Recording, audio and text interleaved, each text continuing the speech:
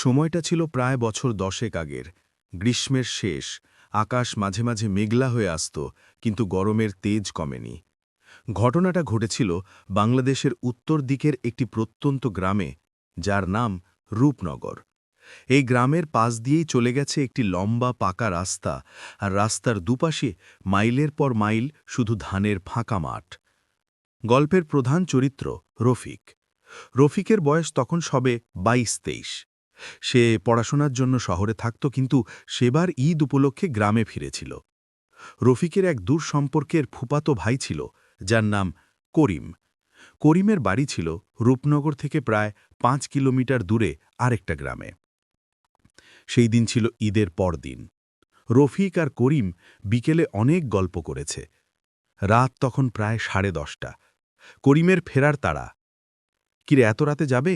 ঠেকে জানা, রফিক বলল। করিম হাসল। আরে না, কাল সকালেই ধান কাটার কাজ আছে, যেতে পারবো এখন। রফিক জোর করতে পারল না। গ্রামের রাতের পরিবেশ এমনিতেই অদ্ভুত। তার ওপর এখন অমাবস্যা না হলেও আকাশ মেঘলা, তারা দেখা যাচ্ছে না। করিম তার সাইকেল নিয়ে বেরিয়ে গেল। রফিক দরজায় দাঁড়িয়ে রইল যতক্ষণ না সাইকেলের লাল আলোটা রাস্তার মাকে অদৃশ্য হল। প্রায় আধ ঘণ্টা পর রফিক তখন সবে খেতে বসেছে। হঠাৎ একটা বিকট চিৎকার শোনা গেল। গ্রামের সবাই সজাগ হয়ে উঠল। রফিকের বাবা তাড়াতাড়ি লাঠি হাতে বেরিয়ে গেলেন। চিৎকারটা আসছে মাঠের দিক থেকে, ঠিক সেই রাস্তাটা যেখান দিয়ে করিম গেল। গ্রামের বেশ কিছু লোক টর্চ হাতে মাঠের দিকে ছুটল। রফিকও পিছু নিল। তারা যখন পাকা রাস্তার ওপর পৌঁছল, তখন বীভৎস দৃশ্যটা দেখল। রাস্তার মাঝখানে সাইকেলটা উল্টো হয়ে পড়ে আছে। সাইকেলের হ্যান্ডেলটা অদ্ভুতভাবে বেঁকে গেছে, কিন্তু করিম কোথাও নেই।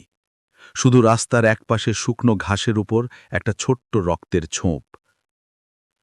ভয়ে সবার মুখ শুকিয়ে গেল, কিন্তু রফিককে যেন একটা অজানা আতঙ্ক গ্রাস করল। সে সাইকেলটার দিকে এগিয়ে গেল। তখন হঠাৎ একজন বুড়ো লোক, যার নাম রহমত চাচা, সে চিৎকার করে উঠল, নিশি, নিশির ডাক! রহমত চাচার কথা শুনে সবার শরীরে যেন বিদ্যুৎ খেলে গেল। নিশি, এক ভয়ঙ্কর প্রেতাত্মা, যে নাকি গভীর রাতে প্রিয়জনের গলায় ডেকে মানুষকে ফাঁকা মাঠ বা জঙ্গলে টেনে নিয়ে যায়। একবার কেউ সাড়া দিলে আর রক্ষা নেই। নিশি সেই মানুষটাকে নিয়ে এমনভাবে গায়েব হয়ে যায় যে তার কোনো চিহ্নও থাকে না। রহমত চাচা বলল, আমি একটু আগে রফিকের বাড়ি থেকে ফেরার পথে একটা আবছা ডাক শুনেছিলাম। মনে হলো যেন কেউ করিম, করিম বলে ডাকছে, একদম কর্কশ গলা। আমি ভয়ে চোখ বন্ধ করে শুধু আল্লাহর নাম নিয়েছিলাম। রফিক আর তার বাবার মাথায় যেন আকাশ ভেঙে পড়ল। তারা সারা রাত ধরে মাঠের আনাচে কানাচে খুঁজল। পরের কয়েকদিন পুলিশ এলো, কিন্তু করিমের কোনো সন্ধান মিলল না। শুধু ওই উল্টো হয়ে পড়ে থাকা সাইকেলটা আর রাস্তার পাশে সামান্য রক্তের ছোপ। গ্রামের মানুষেরা বলাবলি করতে লাগল, করিমকে রাতে নিশি ডেকে নিয়ে গেছে। প্রথমে তার নাম ধরে ডেকে তাকে ফাঁকা মাঠে টেনে নিয়ে গেছে, যেখানে হয়তো করিম সাড়া দিয়েছিল। আর নিশির খপ্পরে পড়লে মানুষ উধাও হয়ে যায়।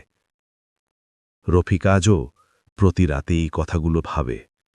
সে মনে করতে চেষ্টা করে, করিমের বিদায় নেওয়ার পর সে কি সত্যিই অন্য কোনো আওয়াজ শুনেছিল? সে কি আসলেই নিশির ডাক ছিল? এরপর থেকে সেই গ্রামের কোনো লোকই আর গভীর রাতে ফাঁকা মাঠের ওপর দিয়ে হাঁটে না। আর কেউ যদি হাঁটে, তাহলে তারা নাম ধরে কারো ডাক শুনলেই চিৎকার করে আল্লাহর নাম নিতে শুরু করে। তারা বিশ্বাস করে, গভীর রাতে তোমার সবচেয়ে প্রিয়জনের গলায় যে ডাকটি তুমি শুনবে, সেই ডাকটি তোমার জন্য নয়, সেটি নিশির ডাক, যা তোমাকে চিরকালের জন্য টেনে নিয়ে যাবে এক নিস্তব্ধ অন্ধকারে।